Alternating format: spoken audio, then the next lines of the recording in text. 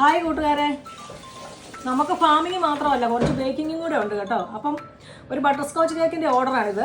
അപ്പോൾ ഈ ഒരു കേക്കിൻ്റെ മുകളിൽ ഈ ഒരു കേക്കും കൂടെ വെച്ചാണ് നമ്മൾ ഡെക്കറേറ്റ് ചെയ്യുന്നത്.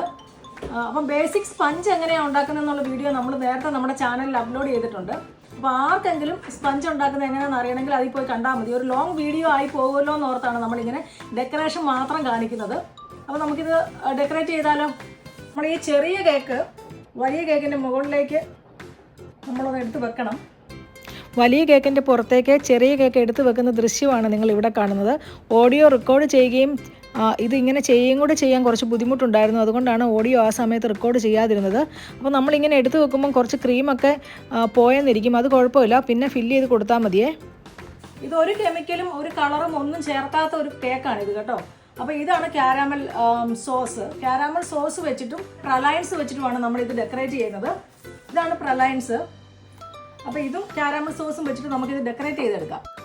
അപ്പം നമ്മൾ ക്യാരാമൽ സോസ് ഒരു പൈപ്പിംഗ് ബാഗിലാക്കിയ ശേഷം പൈപ്പിംഗ് ബാഗിൻ്റെ ടിപ്പ് ഒന്ന് ചെറുതായിട്ട് കട്ട് ചെയ്തു. എന്നിട്ട് കേക്കിൻ്റെ ഒരു പകുതി ഭാഗം കണ്ട് ഇങ്ങനെ ഡ്രിപ്പ് ചെയ്ത് കൊടുത്തു. മുകളിലത്തെ കേക്കും താഴത്തെ കേക്കും നമ്മൾ ക്യാരാമൽ സോസ് കൊണ്ട് ഇതുപോലെ ഡ്രിപ്പ് ചെയ്ത് കൊടുക്കുകയാണ് ചെയ്തത്. ക്യാരാമൽ സോസ് ഉണ്ടാക്കാൻ ആർക്കെങ്കിലും അറിയത്തില്ലെങ്കിൽ കമൻറ്റ് ബോക്സിൽ ഒന്ന് ഇട്ടാൽ മതി കേട്ടോ. നമ്മളത് ഉണ്ടാക്കി കാണിക്കുന്നതാണ്. അതിന് ശേഷമാണ് ഞാൻ ഓർത്തത് ഈ കേക്ക് രണ്ടും കൂടെ ഒന്ന് ഫിക്സ് ചെയ്തില്ലല്ലോ എന്ന്. അല്ലെങ്കിൽ ഫിക്സ് ചെയ്തില്ലെങ്കിൽ ഇത് തെന്നി മാറും മുകളിലത്തെ കേക്ക്. അങ്ങനെ അത് കേക്ക് രണ്ടും കൂടെ 2 സ്റ്റിക്ക് വെച്ചിട്ട് ഫിക്സ് ചെയ്തേ.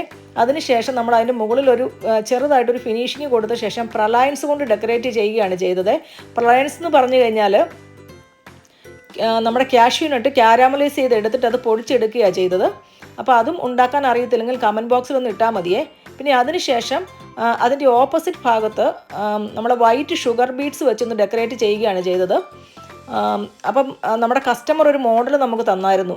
അപ്പോൾ ആ മോഡൽ അനുസരിച്ചാണ് ഞാൻ ഈ കേക്ക് ഉണ്ടാക്കിയത്. ഇതൊരു ഹൗസ് വാമിങ്ങിന് വേണ്ടി ഉണ്ടാക്കിയ കേക്കാണേ. പിന്നെ കുറച്ച് ബോൾസ് ആമസോണിൽ നിന്നും കുറച്ച് ബോൾസ് വാങ്ങിച്ചായിരുന്നു. അതും വെച്ചിട്ട് നമ്മളൊന്ന് ഡെക്കറേറ്റ് ചെയ്തെടുത്തു. അപ്പോൾ ഹൗസ് വാമിങ്ങിനായിട്ട് ഉണ്ടാക്കിയ കേക്ക് ആയതുകൊണ്ട് നമ്മളൊരു വീട് ഉണ്ടാക്കിയായിരുന്നു. ഫോണ്ടൻ്റ് കൊണ്ടാണ് ഉണ്ടാക്കിയത്.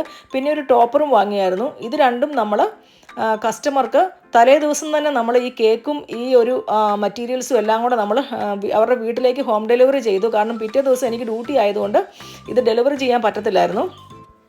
നമ്മുടെ യൂട്യൂബ് ചാനലിൽ സിമ്പിളായിട്ട് കേക്ക് ഉണ്ടാക്കുന്നതും ഡെക്കറേറ്റ് ചെയ്യുന്നതിൻ്റെയൊക്കെ ലോങ് വീഡിയോസ് ഉണ്ട് കേട്ടോ. അപ്പോൾ ആർക്കെങ്കിലും ഒന്ന് പോയി കാണണമെങ്കിൽ നമ്മുടെ യൂട്യൂബ് ചാനലിൻ്റെ പേര് പെപ്പർ ടേബിൾ എന്നാണ്. അപ്പോൾ യൂട്യൂബ് ചാനലിൽ ഒന്ന് പോയി കണ്ടാൽ മതിയേ. നിങ്ങൾക്ക് വീഡിയോ ഇഷ്ടമാണെങ്കിൽ നിങ്ങൾ ലൈക്ക് ചെയ്യാനും അതുപോലെ തന്നെ കമൻറ്റ് ബോക്സിൽ കമൻറ്റ് ഇടാനും നിങ്ങളുടെ കൂട്ടുകാർക്കൊക്കെ ഒന്ന് ഷെയർ ചെയ്ത് കൊടുക്കാനും മറക്കരുതേ. ഇതാണ് നമ്മുടെ കേക്കിൻ്റെ ഫൈനൽ ലുക്ക്. താങ്ക്